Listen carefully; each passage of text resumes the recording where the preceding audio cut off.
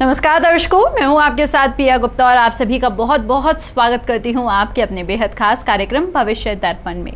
दर्शकों, जब हम इस कार्यक्रम को आप सभी के सामने लेकर आते हैं तो हमेशा यही उम्मीद रहती है कि आज एक और नए विषय पर चर्चा करने वाले हैं और आज का विषय काफ़ी दिलचस्प है। आज बात करेंगे उन लोगों के बारे में जो लोग जब चलते हैं तो कैसे उनके व्यक्तित्व के बारे में पता चल सकता है, कैसे हम ये अंदाज़ा लगा सकते हैं कि भाई इस इंसान का नेचर कैसा है। और ये तो आप भी जानना चाहेंगे, अगर आप किसी को जज करना चाहते हैं तो किस बेसिस पे करेंगे, उसके बोलने पर, वो जैसे दिखता होगा उसके दिखने पर। लेकिन आज हम बात करेंगे चलने के बेसिस पर आप कैसे उसके नेचर का पता लगा सकते हैं, उसके व्यक्तित्व का। और ये सारी जानकारी आज हमें फिर से देने वाले हैं famous astrologer, vastu consultant, astro medical specialist और the face reader Acharya JP Singh ji. करते हैं आचार्य जी का स्वागत। बहुत बहुत स्वागत है आपका। नमस्कार आचार्य जी। बातें हमने बहुत सारी सुनी है। हमने सुना है कि कोई चेहरा देखकर पहचान लेता है कि भाई ये इंसान कैसा होगा। हमने सुना है आंखें बोलती हैं, आंखों से पता चल सकता है। लेकिन आज आपने ये जो बताया कि भाई चाल से भी पता चल सकता है, मैं बहुत ज़्यादा उत्सुक हूँ जानने के लिए। बताइएगा कैसे। जी, सर्वप्रथम दर्शकों सादर प्रणाम और ओम गंगणपताय नमः। देखिए मित्रों, समुद्र शास्त्र की हम हज़ारों बातें कर चुके हैं और समुद्र शास्त्र ऐसा ज्ञान है जो अथाह है, समुद्र की तरह ही अथाह है। और मनुष्य के व्यक्तित्व को जानने के लिए समुद्र शास्त्र हर विधा को अपनाता है और उसमें ख़ास तौर पे हमारी बॉडी लैंग्वेज। अब बॉडी लैंग्वेज में आप कई बार उसके बैठने, उठने, खड़े होने और यहाँ तक कि बोलने तक को भी आप नोटिस करते हैं। और ख़ास तौर पे हम जब पैरों को देखते हैं तो उससे भी समुद्र शास्त्र के नियमानुसार हम उसके व्यक्तित्व की बात करते हैं। पर कोई व्यक्ति आपके आगे चल रहा हो और आपकी तरफ पीठ किए हो तो ना आप उसका चेहरा देख सकते हैं, ना आप उसे सुन सकते हैं, आप तो सिर्फ उसकी चाल देख रहे हैं। अब पीठ पीछे उसके व्यक्तित्व को जानना ये एक अलग ही चीज़ है। और इससे अगर आपको कहीं सहायता मिल सकती है तो वो ये मिल सकती है कि आप पहले ही वहाँ पर सचेत हो सकते हैं कि इस व्यक्ति का व्यक्तित्व ऐसा है। और इसके लिए गणनाओं का सबसे पहला प्रभाव ये आता है कि आपको ये जानना होगा कि समुद्र शास्त्र किन चीज़ों पर सबसे पहले यहाँ दृष्टिपात करता है। तो सबसे पहली बात आती है कि जब व्यक्ति चलता है तो वो क्या चीज़ उठाता है। वो पहले अपने पैर उठाता है। अब यहीं पर एक मिस्टेक हम करते हैं। कुछ लोग चलते हुए एड़ी के बल चलते हैं और कुछ पंजे के बल चलते हैं। यहीं आपको पहचानना है कि इनकी चाल में फ़र्क क्या है। दूसरा, कुछ चलते हुए अपने हाथ को ढीला करके चलते हैं। आप अगर इस तरह देखें, उनके हाथ खुले हुए होते हैं। और कुछ मुट्ठी बंद करके चलते हैं। और कुछ चलते हैं जो हाथ हिलाते हुए चलेंगे, आपको दिखाई देगा कि उनके हाथ हिल रहे हैं। और कुछ बिल्कुल सीधे सपाट दिखाई देंगे। आप कुछ की चाल में आपको दिखाई देगा कि वहाँ पर हिलाव डलाव है, कि वो थोड़ा सा झूम के चल रहे हैं। कुछ तिरछा चलते हैं, कुछ एक पैर टेढ़ा रखते हैं। अब इन सब में क्या अंतर है? अब आप कहेंगे साहब ये तो हर व्यक्ति का व्यक्तित्व है, तो यही तो जानना है कि उससे क्या प्रदर्शित होता है। अब जो लोग पंजे के बल चल रहे हैं वो बहुत जल्दबाज हैं, वो धैर्य नहीं रख पाते हैं। और जो एड़ी रख कर चल रहे हैं, आप जान लीजिए वो अपना पैर जमा के चल रहे हैं कि हाँ मुझे हर काम सोच समझ के करना है, बड़े धीरज से वो काम कर रहा है। ये एक फ़र्क है जिसे आप पे पहचानना है। दूसरी बात सबसे बड़ी बात निकल कर आती है, जब आप देखते हैं कि एक व्यक्ति हाथ खोल के चल रहा है तो बिल्कुल पहचान लीजिए कि व्यक्ति जीवन में हर चीज़ को हल्के में लेके चल रहा है। और जब हाथ बांध के चल रहा है, मुट्ठी बंद करके चल रहा है, यानी अपने लक्ष्य को ध्यान में रखते हुए चल रहा है और बिल्कुल दृढ़ निश्चय करने वाला व्यक्ति है। इसे आप ऐसे वैसे मत ले लीजिएगा, चाहे वो कितने भी कदकाठी का क्यों ना हो, कुछ भी क्यों ना करता हो, चाहे वो छोटे से छोटा काम करने वाला और बड़े से बड़ा काम करने वाला, आपको ये स्वभाव दिखाई दे जाएगा। दूसरी बात सबसे बड़ी निकल कर आती है, जब कहीं एक पैर तिरछा पड़ता हो तो सावधान हो जाइए। ये व्यक्ति कहीं ना कहीं स्वार्थी है, कहीं ना कहीं यह अपने मन की बात करता है। और साथ ही अगर इसकी बुद्धि की बात करी जाए तो ये व्यक्ति अपने स्वभाव में एक चीज़ लेकर चलता है। यहाँ ड्रिल नेचर इसके स्वभाव में दिखाई देगी। ये सुबह कुछ बोलेगा और शाम को कुछ बोलेगा। इसलिए यहाँ सावधानी बरतें, क्योंकि वहाँ पर केतु का प्रभाव सर्वाधिक हो जाता है। तो यहाँ जानने योग्य बातें हैं बहुत सारी। अगर हमारे एक एक कदम को हम नोटिस करें तो हमें समझ में आता है कि हाँ इससे ये प्रदर्शित होता है। साथ ही अगर आप देख लें कि कभी व्यक्ति के चाल में एक और चीज़ दिखाई देती है कि वो टांगें आपस में लंगड़ाता हुआ चल रहा है या कहीं ना कहीं आपस में उसके घुटने टकरा रहे हैं। ये क्या दिखाता है? बड़ी अजीब सी बात होती है और हम कई बार इसे ऐसे ही ले लेते हैं। और ये प्रदर्शित करता है कि इसके अंतर में कहीं ना कहीं कलह चलती है, कहीं ना कहीं वो उलझा हुआ है अपने जीवन में। हर चीज़ कुछ ना कुछ इंगित करती है, आपके शरीर का हर अंग कुछ ना कुछ प्रदर्शित कर रहा होता है। पर समुद्र शास्त्र का ज्ञाता या जो सावधानी रखे बैठा आपको देख रहा है निरंतर, वो पहचान सकता है कि ये क्या है। यहाँ तक कि एक स्त्री की चाल को देख के बता सकते हैं कि ये कितनी चरित्रवान है, कितनी बुद्धिमान है, कितनी ज्ञानी है, सहनशील है, सब कुछ प्रदर्शित किया जाता है। और जब भी आप देखते हैं तो 16 प्रकार की सुंदरताओं को आंका गया और उसमें एक चाल भी है। आप देखते होंगे ब्यूटी कॉन्टेस्ट वगैरह होते हैं तो उसमें चाल स्पेशली देखी जाती है कि चल के आओ हम देखेंगे। क्यों देखी जाती है? क्योंकि उस चाल से ही पता लगता है कि उसके व्यक्तित्व में क्या क्या कमियां और क्या क्या खूबियां हैं। जो बॉडी लैंग्वेज पढ़ने वाले लोग हैं वो सबसे पहले उन चीज़ों को नोटिस करते हैं कि हर कदम सधा हुआ है कि नहीं, ये जानना ज़रूरी है। और कई चीज़ें बनावटी भी हो सकती हैं, जैसे आपने ब्यूटी कॉन्टेस्ट की हम बात कर रहे हैं तो वहाँ बनावटी भी हो सकती हैं, पर एक्चुअल कंडीशन यही होती है कि जब उन्हें वॉक करते हुए देखा जाता है और उसके बाद वो वापस जाते हैं तो उनकी पीठ पीछे उसको देखा जाता है कि अब क्या ये सधा हुआ है। यहाँ सारी चीज़ें देखने योग्य हैं। मुझे अपने जीवन का एक प्रकरण याद आ गया। मैं एक बार किसी के साथ गया, क्योंकि समुद्र शास्त्र के ज्ञान के कारण कई बार इस ज्ञान का प्रयोग करने का भी हमें अवसर मिलता है और कई लोग बहुत पीछे पड़ जाते हैं कि नहीं आचार्य जी आप हमारे साथ चलिए। वास्तु विजिट पे जाना था तो मुझे उन्होंने कहा कि साहब हमने बेटे के लिए एक बिटिया को देखना है, एक बहू चुन के लेके आनी है, तो आपका सानिध्य चाहिए। तो साहब मैंने कहा मैं क्या करूँगा, आप ही दिखाइए। कहते नहीं साहब अब समुद्र शास्त्र के नियम तो आपसे ही होंगे ना।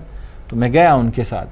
अब जब वो बच्ची मेरे सम्मुख आ रही थी, सब बैठे हुए थे और उस बच्ची को मैंने जब देखा तो मैं उसकी चाल को देख रहा था। उसकी चाल में सबसे पहली चीज़ मुझे नज़र आ रही थी कि वो पंजों के बल चलती हुई आ रही थी। एड़ी ज़मीन पर नहीं थी, सिर्फ पैर आगे के टिके हुए थे और बड़ी जल्दी जल्दी चलते हुए आ रही थी। घबराई हुई थी, वो तो माहौल ही ऐसा था, पर उसकी चाल में जो एक स्वाभाविक चीज़ थी वो मुझे दिखाई दी। तो ये बात जब मैंने देखी तो मैंने स्वतः ही उस बच्ची को जब पास बिठा कर पूछा, मैं कहा बेटा तुम इस शादी के लिए तैयार हो? हाँ जी बिल्कुल। मैंने कहा क्यों तैयार हो, कोई कमी या कोई खूबी आपको दिखाई देती है? नहीं बहुत अच्छा है, बस जो पेरेंट्स ने कहा बहुत अच्छा है, मुझे तो शादी करनी है। यानी कि उसे कोई मतलब नहीं है सामने कौन है, कैसा है, क्या करना है, उससे मतलब ही नहीं है। सिर्फ इतना मतलब है कि मेरी शादी हो रही है। उतावलापन दिखाई दे रहा था। तो मैंने उस चीज़ को भी नज़रअंदाज किया कि हो सकता है ये स्वाभाविक चीज़ हो, एक बच्चा घबरा जाता है कई बार। फिर उसको जब हमने कहा कि जाइए एक पेन कॉपी लेके आइए, तो जब वो गई तो हमें तो पेन कॉपी नहीं चाहिए था, हमें तो उसकी वो पीछे से उठते हुए कदम देखने थे। तब भी मैंने वही नोटिस किया। और उसके बाद सबसे बड़ी बात मैंने एक और चीज़ नोटिस करी उस चीज़ के साथ में कि उसके हाथ हमेशा खुले हुए थे। जब भी वो चल रही थी तो हाथ खोल के चल रही थी। अब ऐसी स्थिति में व्यक्ति के व्यक्तित्व का प्रदर्शन हो चुका है। अब वो लाख चाहे छुपाना, आप कोशिश करके देख लीजिए।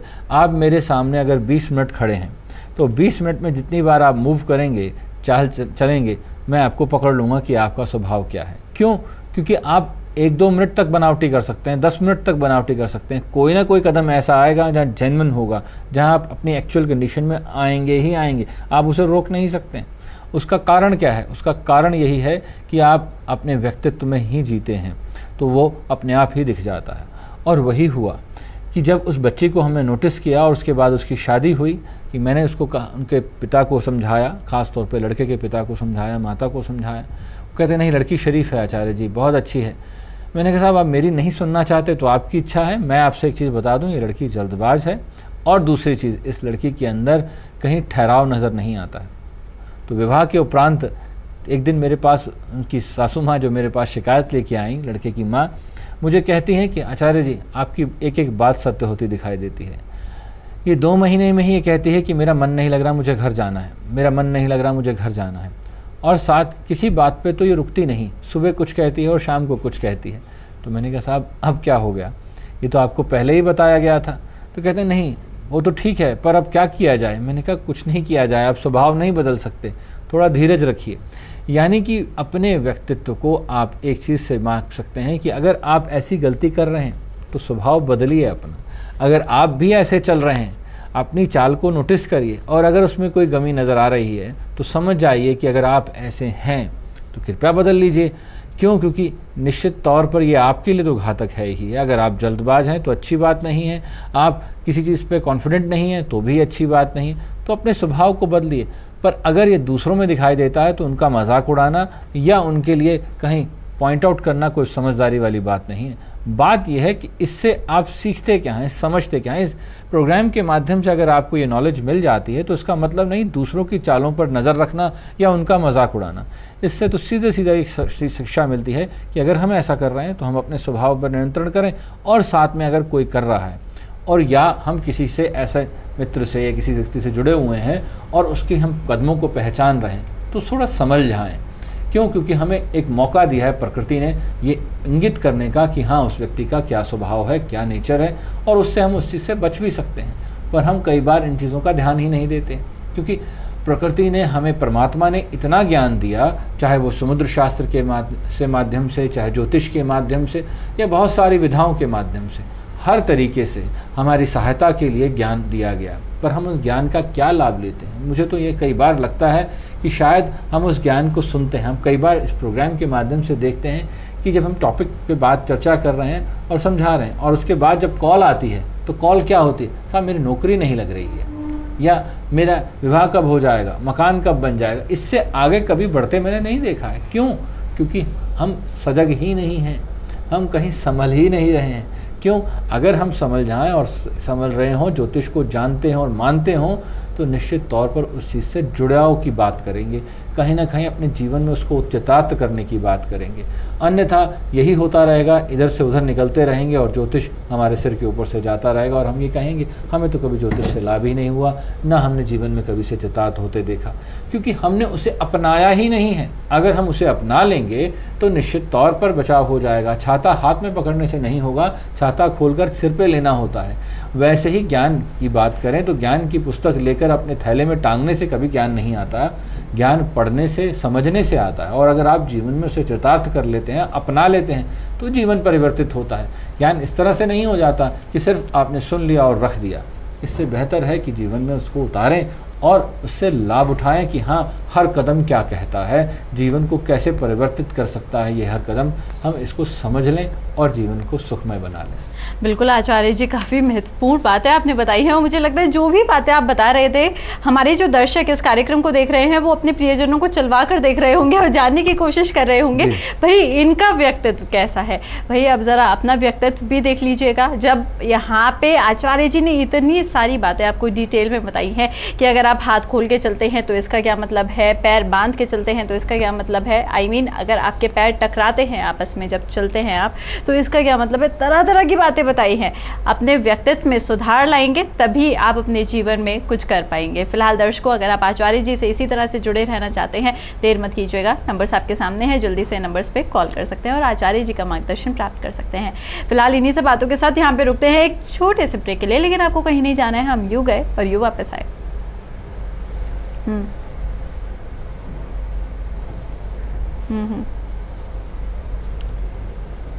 एक छोटे से ब्रेक के बाद फिर से आप सभी का स्वागत है। कार्यक्रम को यहाँ पे आगे बढ़ाएंगे और आचार्य जी, बहुत सारे कॉलर्स हैं जो आपसे बात करना चाहते हैं। पहली कॉलर जुड़ गई हैं, प्रिया जी हैं मुंबई से, स्वागत है आपका, बताइएगा। हेलो मैम, नमस्ते। जी नमस्कार जी, बताइएगा। आचार्य जी नमस्ते। जी नमस्कार। सर, मुझे अपनी शादी के बारे में पूछना था। दरअसल लगभग मेरे पेरेंट्स मेरे लिए लड़का ढूंढ रहे हैं। जब मैं बीए कर रही थी, फर्स्ट ईयर में थी, और तब से आज तक का टाइम है कि जितने भी रिश्ते आए हैं, एंगेजमेंट भी हो जाती है लेकिन टूट जाती है, कई बात बनी नहीं पाती, कभी कोई प्रॉब्लम, कभी लड़की में प्रॉब्लम, और सब कुछ बाद में पता चलता है। डेट ऑफ बर्थ बताइएगा। जी, डेट ऑफ बर्थ मेरी है 29 अगस्त 1988। टाइम बताइएगा। टाइम है मॉर्निंग में 7:15। जन्म का स्थान? जन्म स्थान मेरा सर दिल्ली का है। जी, सवाल आपने पूछ ही लिया है, लाइन पे रहिएगा। आचार्य जी बताइएगा, क्यों ऐसी समस्याएं बार बार आती हैं? देखिए, सबसे महत्वपूर्ण बात है, हम बार बार कहते हैं कि पत्रिका हमेशा हर सवाल का जवाब देती है। अब हमें पढ़ना ही ना आए तो हम क्या कीजिएगा। देखिए, हम किसी रास्ते पे जा रहे हैं और साइन बोर्ड लिखे हुए हैं कि इस दिशा में ये चीज़ है, इस दिशा में यहाँ पर ये है, यहाँ सीधे जाएंगे तो ये है, और अगर हम उसे पढ़ें ना और सीधा उल्टा देखते कहीं भी मुड़ जाएं और बाद में कहीं पता नहीं, कहीं लिख के ही नहीं लगाया, और सामने वाला बोले भाई जहाँ से आए हो रास्ते में बहुत बड़े बड़े अक्षरों में लिखा हुआ था पता, तो वही हमारे साथ भी है कि हम जीवन में कहीं ना कहीं भटकाव की तरफ इसीलिए हैं कि हम ज्योतिष के सानिध्य में नहीं हैं, पत्रिका के आधार पर जीवन को निर्वाहित नहीं करना चाहते।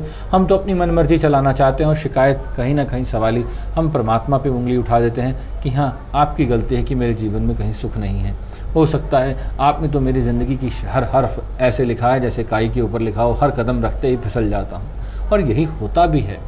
क्यों? क्योंकि जब व्यक्ति संभलने की बात करे तो उसे ज्योतिष का सानिध्य चाहिए, उसके हाथ में वो लाठी हो ज्ञान की, जिसके माध्यम से वो संभल के चल सके। अब आपके सप्तम भाव की विभक्ति की बात करें आपकी पत्रिका के माध्यम से, तो देखते हैं यहाँ सप्तम भाव का स्वामी शनि मेष राशि में बैठा हुआ है और शनि की ही महादशा है। तो आप कैसे ये बात करते हैं कि वैवाहिक जीवन आपका शुरू नहीं हो रहा?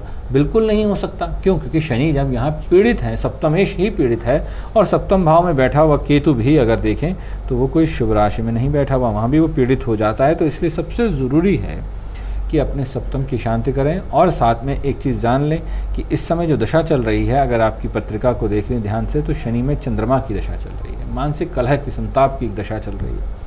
तो इस समय करना क्या चाहिए? इस समय सबसे पहला काम करना चाहिए, शनि की शांति करनी चाहिए, सप्तम को बलि करते हुए कुंभ विवाह करना चाहिए और गौरीशंकर रुद्राक्ष आमंत्रित कर गले में धारण करना चाहिए। पर इन चीज़ों पर ध्यान देना है कि सिर्फ इनको सुनकर अपनी जेब में नहीं रख लेना है। हाँ कर लेंगे, इन्हें करना भी है, तभी जीवन परिवर्तित होगा। आप यकीन मानिए, आपको परमात्मा ने एक सुअवसर दिया है कि अब तक जो रिश्ते आ रहे हैं वो टूट रहे हैं। आपको सुन के अटपटा लगता होगा कि क्या कह रहे हैं, कि हाँ आप खुशकिस्मत हैं आपका विवाह नहीं हुआ, नहीं तो यहाँ अब तक डाइवोर्स हो चुका होता। ये बेहतर है कि अगर नहीं विवाह हुआ तो अब भी समझ जाएं और विवाह को मंगलकारी बनाने के लिए उसके लिए उपाय कर लें, ताकि ये जो डाइवोर्स जैसी कंडीशन आपके सामने लिखी है ये हट जाए। क्योंकि ये जो समय है ये कई बार हमारा भला मांग रहा होता है, हमें दिखता नहीं है, और हम कई बार ये सोचे बैठे रहते हैं कि पता नहीं परमात्मा हमारी किस्मत में क्या लिए बैठा है, हमारी तो किस्मत ही फूट गई है, जबकि उसमें कोई ना कोई भलाई होती है और वो भलाई हमें दिखाई नहीं देती, और इसीलिए हम शिकायतें और शिकवे करते रहते हैं। बेहतर है पत्रिका के आधार पर हम उपाय करें और समझें कि हमारी पत्रिका क्या कहती है। बिल्कुल आचार्य जी और प्रिया जी, यहाँ पे आप अपनी कुंडली को और विस्तार पूर्वक दिखा सकते हैं आचार्य जी को, और इसके लिए नंबर्स आपके सामने हैं, नंबर्स पे आपको कॉल करना होगा। दर्शकों, जब हमारे साथ कुछ भी हमारे जीवन में ऐसा वैसा होता है, हम तब इतने ज़्यादा परेशान हो जाते हैं और फिर भाग्य के ऊपर सारी बात डाल के बैठ जाते हैं चुपचाप से कि भाई भाग्य में ऐसा लिखा है तभी हमारे साथ ऐसा हो रहा है। अरे भाई, आप कोई एस्ट्रोलॉजर तो है नहीं, ना ही आप भगवान हैं। एक बार अपनी कुंडली दिखा लीजिए जाके और जान लीजिए कि आपकी कुंडली अगर ऐसा कुछ आपके साथ हो रहा है तो आपकी कुंडली में ग्रहों की स्थिति क्या है और किस प्रकार से आप उन्हें संतुलित कर सकते हैं। तमाम तरह की जानकारी इस कार्यक्रम के माध्यम से हम आप सभी को देते हैं, और सिर्फ इसीलिए देते हैं ताकि आप अपने जीवन में सुधार ला पाए।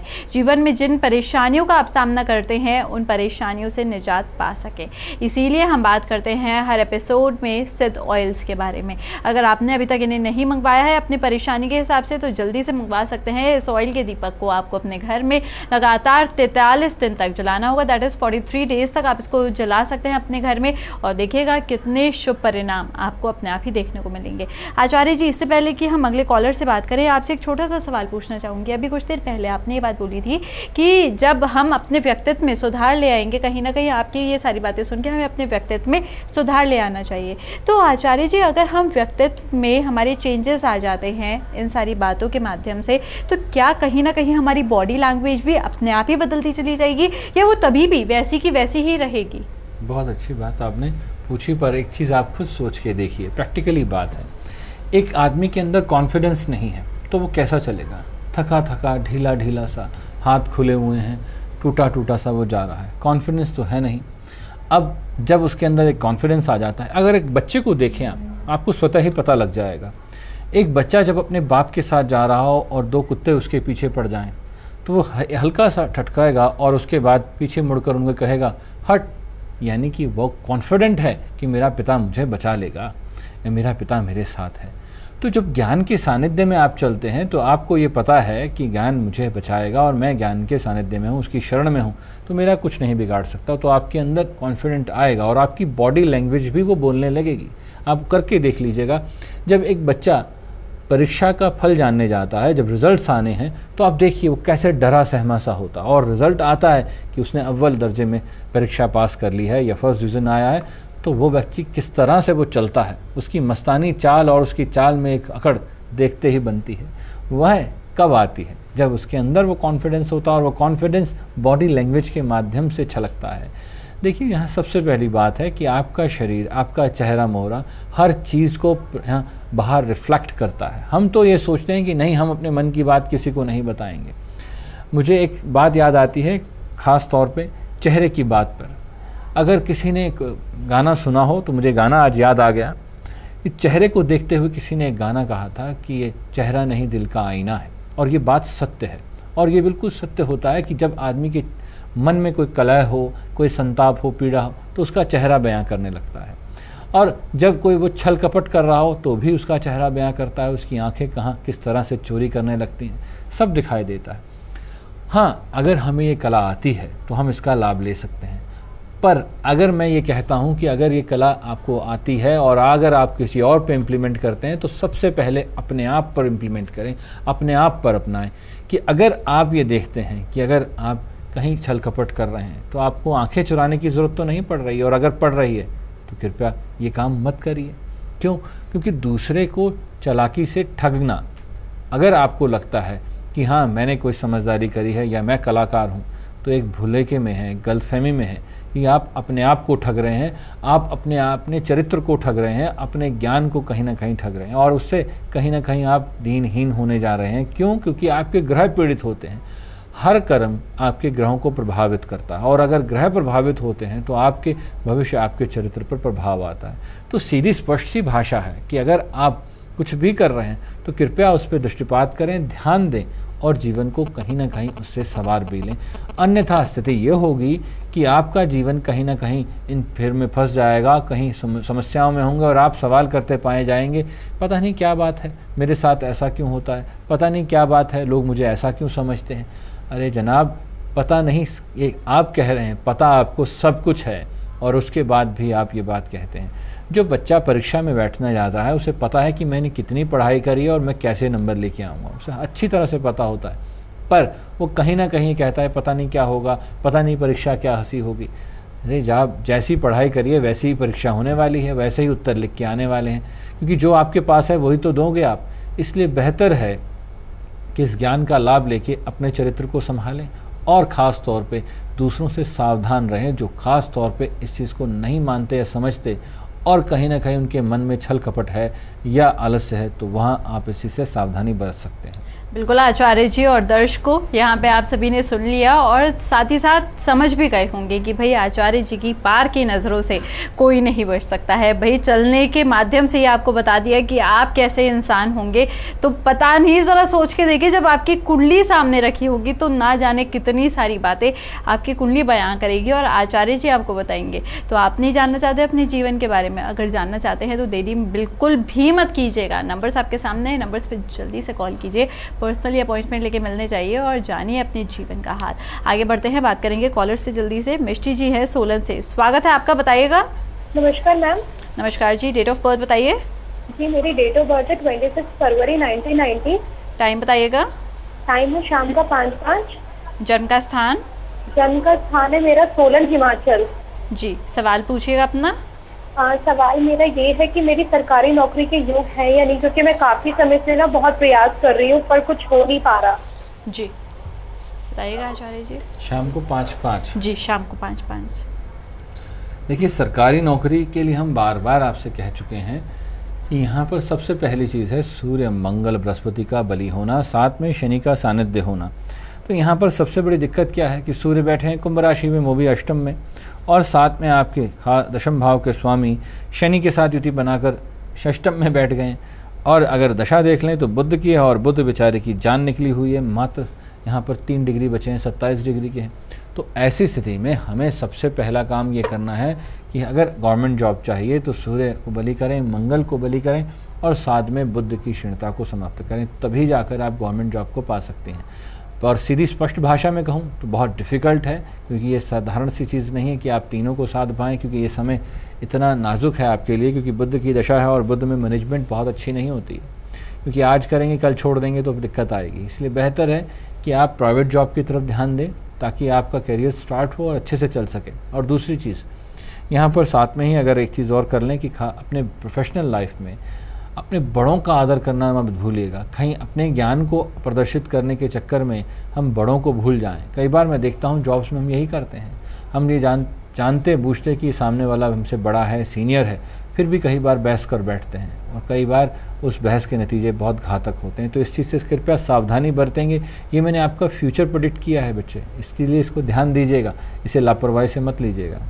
चलिए, यहाँ पे आपने सुन लिया है मिष्टी जी कि आपको किन बातों का ध्यान रखना है, और इसी तरह से दर्शकों अगर आपको भी जानना है कि आप किन किन बातों का ध्यान रख सकते हैं और साथ ही साथ आप क्या कुछ खास कर सकते हैं, क्या जो आपने अपने जीवन में सोच रखा है क्या आपको वो हासिल होगा, अगर आप जानना चाहते हैं इन सभी सवालों के जवाब, तो एक ही काम करना है, नंबर्स आपके सामने, नंबर्स पे कॉल कीजिए। और स्पेशली आप सभी को बताते हैं हम हर एपिसोड में सिद्ध ऑयल्स के बारे में, और अभी तक अगर आपने अपनी परेशानियों के हिसाब से इन ऑयल को नहीं मंगवाया है तो जल्दी से मंगवाइएगा दर्शकों, क्योंकि जिस इंसान ने भी अपने घर में इस ऑयल का दीपक जलाया है वाकई उसने महसूस किया है कि जो परेशानी उसके जीवन में न जाने कितने समय से चल रही थी वो 43 दिन दीपक जलाने के माध्यम से ख़त्म हो गई है। तो अगर आप भी ऐसा ही अनुभव करना चाहते हैं तो देरी नहीं करनी है, जल्दी से इन नंबर्स पे कॉल करके आपको मंगवाना होगा स्पेशल सिद्ध ऑयल।